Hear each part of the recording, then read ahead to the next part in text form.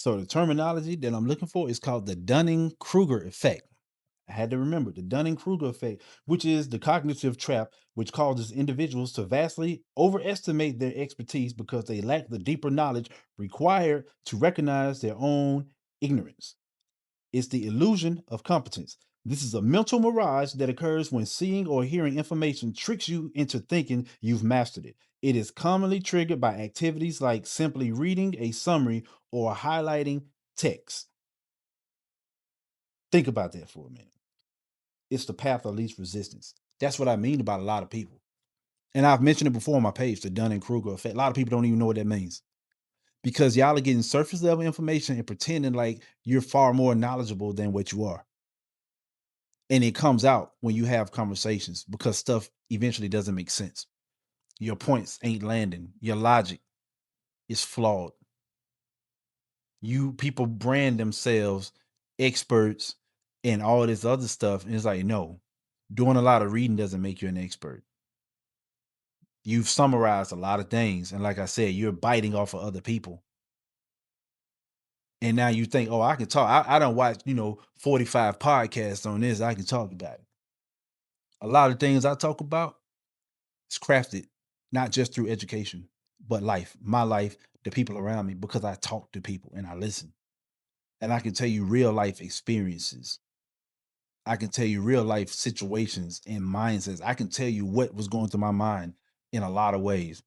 The one thing about me that my life, I used to feel like it was cursed, but I believe it's a blessing that I've been through the vast amount of things that I've been able to go through and still be here because I can identify with a lot of people. A lot of people, especially in the higher academia, no offense to them, they cannot relate to people that didn't go that route. People that went to college, got a degree, and they've been working in their field and doing good since the age of 22, they can't relate to a lot of people. A person that met their spouse when they were 17 and got married and they've been together since, and they've only been with one person, you can't relate to certain people. You just can't. And your position in life, because you got it right. Good thing you got it right off the bat. That's good. We got to stop being in positions where we're looking down on people. You got women that's 40 looking down on women that got 2 kids or 3 kids with 3 different dudes.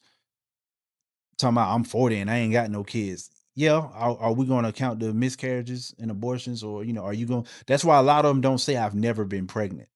Pay attention. I'm 35. I'm 40. I ain't got no kids. You don't hear them say I've never been pregnant. You won't hear them say that too often. Sometimes you are where you are because of just sheer luck. Stop taking ownership for parts of your life that was sheer luck. You out there having unprotected sex and you never got pregnant. That wasn't because of anything you did. You were just as negligent as the next person. It just wasn't in your cards. It worked out in your favor. Or maybe your body just don't function right and you didn't know it. But they take this stuff and they look down on people. Men look down on other men. Oh man, all my kids came with the same woman. Good for you. Good for you. I'm not gonna judge that man based off whatever he did in his past. All I need to know is, are you ready to move forward and correct yourself? That's all I need to know. That's all I need to know. Do you want to move forward? Do you want to correct yourself? I'm not gonna tell a man that he don't deserve what woman, and a woman, she had 2 or 3 kids. I'm not gonna say, oh, you had kids with different dudes. You don't deserve to get married.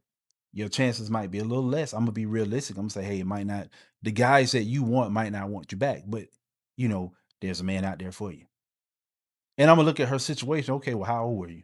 When did you have the kids? Did you have like 2 kids when you were 16 and 18, and then you didn't have any more kids, and now you're 30, 31? Did you start off on the wrong track because you were unlearned in some ways, or you were going through some mental? We can't say that mental health is real, but then bash people for things they did in life and decisions, and we don't know what was their state at that point in time. Some people go through depression for years. They go through 5 or 6 years of making the wrong decisions and wrong choices. And now here they are 10 years removed from that. And you want to make them feel bad about decisions they made during the worst part of their life. How does that help somebody? How does that help somebody? This young man came from where he came from. He made some mistakes, maybe had a baby, 2 babies, maybe even 3 at a point in time where he didn't. Some guys, they live in a way that they don't expect to live long. I know what it's like to walk around not thinking that you're gonna live to see a certain age until you wake up and say, shoot, I made it. What do I do with my life now? I never thought I'd make it this far. I was living like I wasn't gonna make it that far, but I made it. Okay. How are you helping that young man? If this man knows where he came from in his situation and he meets a woman, I don't care if she got 5 kids. If he want to be a man and take care of them 5 kids and he done learn his lessons and she done learn her lessons and they get together, that's a beautiful thing. If I like the black family, I gotta like all the ways the black family can be created. If I like the family unit, I like the family unit. What's important is that now these kids got a daddy or his kids got a mama. Maybe they get to see something beautiful come out of a messed up situation. We like to talk about the rose that grew from concrete, but when you see the roses coming out of concrete, you step on it. Why? Because you want a red rose and it's blue. What good does that do? What good does that do?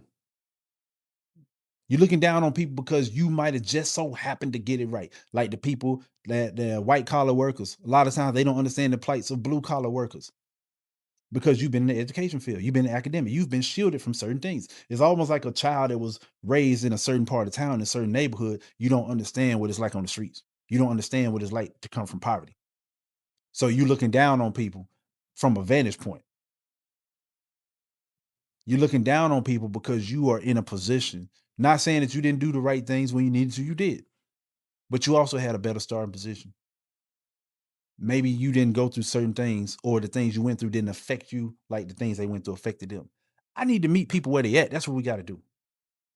Hey, young woman, just because you messed up a lot in your past don't mean you got to keep messing up.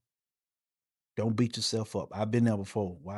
I did stuff, the best way that I knew how, and it still blew up in my face. And it caused depression. I said, dang, because I didn't want my life to turn out like that. But I made the decisions that I felt was right at the time. And sometimes I didn't. But I had to forgive myself. You cannot want people to take accountability for their life and their actions and then beat them over the head with their actions. Once they say I'm sorry, once they admit, okay, I failed myself, once they admit, okay, I didn't make the right steps, why are you telling them what they can't do and what they won't do and calling them names and trying to make them feel bad? You as a man, you're not a leader. That man over there is working. He found a woman that he loved. He taking care of her. What business is it of yours? What they had going on? How many kids she had before him? How many kids? What business is it of yours? When all I see is a happy family with beautiful kids that got something that some people didn't have. You got people that got married and had multiple kids and got divorced, and them kids grew up all jacked up. They never had a real family unit. But these kids over here, don't matter how the family got put together. And they doing something beautiful with it. Now these kids that maybe didn't have a chance gonna have a chance. So what are we really doing out here? We trying to build a community, we trying to tear it down. We trying to give advice or we want to look cool. We want to sound good. I got solutions. I got answers. And it starts with talking with people and being human, not looking down on them, not calling them name, not trying to ostracize them or anything else. I'm gonna look you right in your eyes, say you human just like me. You've been somewhere, I've been somewhere. Don't matter where we going. Let's go. That's all that matter. Take accountability for your past, acknowledge your mistakes, but don't beat yourself up over it. There are some people right now that are beating themselves up and giving up, strung out, and whatever else. Not necessarily because they can't take accountability for their actions, but because you got idiots in society that keep telling them that their actions is going to hamper them and follow them for the rest of their life. So they might as well don't do nothing. You got a woman out there, like I said, okay, she had a couple baby daddies when she was younger. Now, if she's still living like that, she might not be at a point in time where she's ready to learn. So I say, hey, you gotta stop what you're doing first. You gotta change your habits. Then it's like being healthy. and sick. Hey, look, you break your leg, you got to get your leg fixed first. And then you can think about getting back on the field. But there's a process. Get your leg fixed, go through physical therapy. Okay, now we're going through strength training. Now we're finna build you up. So if she's at that process, yeah, I'm saying, hey, you know what? We got to get you out of this mode first. We got to reshape your mind frame, retrain your thinking. You know, we got to get those neural paths in your brain to break and reconnect in a healthy way. A lot of people don't know about that because they don't study nothing. Mental reframing, unwiring your brain and then reprogramming it. But if this woman made mistakes when she was young and she's trying her best to do right, and you got some man on the internet telling her why a man ain't gonna want her, if she let that get to her, that woman can give up on life. That man can give up on life and say, well, I might as well just be this way since this is what society is telling me. So then the question is, who are you helping and how? You're not. You're not helping at all. You just like to look down on people because you feel like you at a vantage point and you got it right. And a lot of times, none of us got it right from the beginning all the time. We've all made mistakes. Act like you've been there. Your mistakes might not be theirs, but act like you've made them. You understand? You might not be that dude that had kids with multiple women, but let's not act like you weren't out there slinging it just like the rest of them. Just because you felt like you was more cautious, it don't change the fact that you was out there catching bodies. It doesn't change the fact that you was out there mentally and emotionally scarring women, whether you had kids with them or not. It doesn't change the fact that you was out there creeping with somebody else, girl. You was out there creeping with somebody else, man. The fact that you never got pregnant. Now you want to look down at this woman. This woman only slept with 3 dudes in her life, got pregnant by 2 of them. You looking down on her, you done been with 30 niggas. Excuse my language, but it is what it is. And I see it all around. Everybody's just throwing stones at other people because they don't want anybody to look at them. So they trying to deflect it. No, look at me. I'm a flawed man, trying my best every day to be better. I don't pretend I'm above or better than anybody else. My life, my marriage, it's a day to day. Every day is different. I can only try to be better and be my best every day. And I come down the path and I'm proud of the path. I'm proud of it. I'm not trying to sit here and say, oh, I ain't, man, please. There's some things in my life, yeah, I haven't done, but I've done other things. We all in this boat together. Too many men out there trying to present themselves is just something that they not. It's a facade. Get out. That's not macho. That's not masculine. Not at all. Brothers gotta help brothers. Sisters gotta help sisters. Sisters gotta help brothers and vice versa. Because we all in this together. People walking around talking about stuff that they only have surface level knowledge of, pretending like they're experts, pretending like they know it all, pretending like they're unfazed. Oh, I got my life right. I'm doing this. Come on, man. Act like you've been there before. Act like you've been there before. Be a decent person. Be a decent woman. Be a decent man. How we gonna help each other like this? We not. So that's what I want you to focus on. Focus on getting real knowledge, real education about how things work.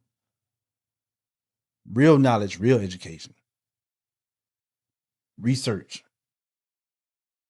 Start building healthy pathways. Stop looking down at people and look at them. Stop casting stones on people. We all people. We all humans going through life, going through different versions of whatever. That's how I look at people. That's why a lot of people like me. When I meet people and I talk to them, I'm a very personable person because I understand people and I love people and they can feel it when they see me. They know they're not being judged. And sometimes I judge because I'm human and you're going to do that. You know, I'm not above it. Sometimes I will judge. And then in my mind, I'll say, you know what, that was wrong. And it might not hit me right then, but because I say, you know what, that wasn't right. I shouldn't have done that. I shouldn't have done that. I'm not going to sit here and pretend like I've never done it, like I don't do it. I just have to acknowledge it. Okay, moving forward. That's life. The truth does not require you to like nor accept it. It can be tough and uncomfortable, existing on its own merit, independent of your feelings, and residing outside the frameworks of your mind. For some, the truth is freedom, and to others, confinement. The truth does not require you to like nor accept it.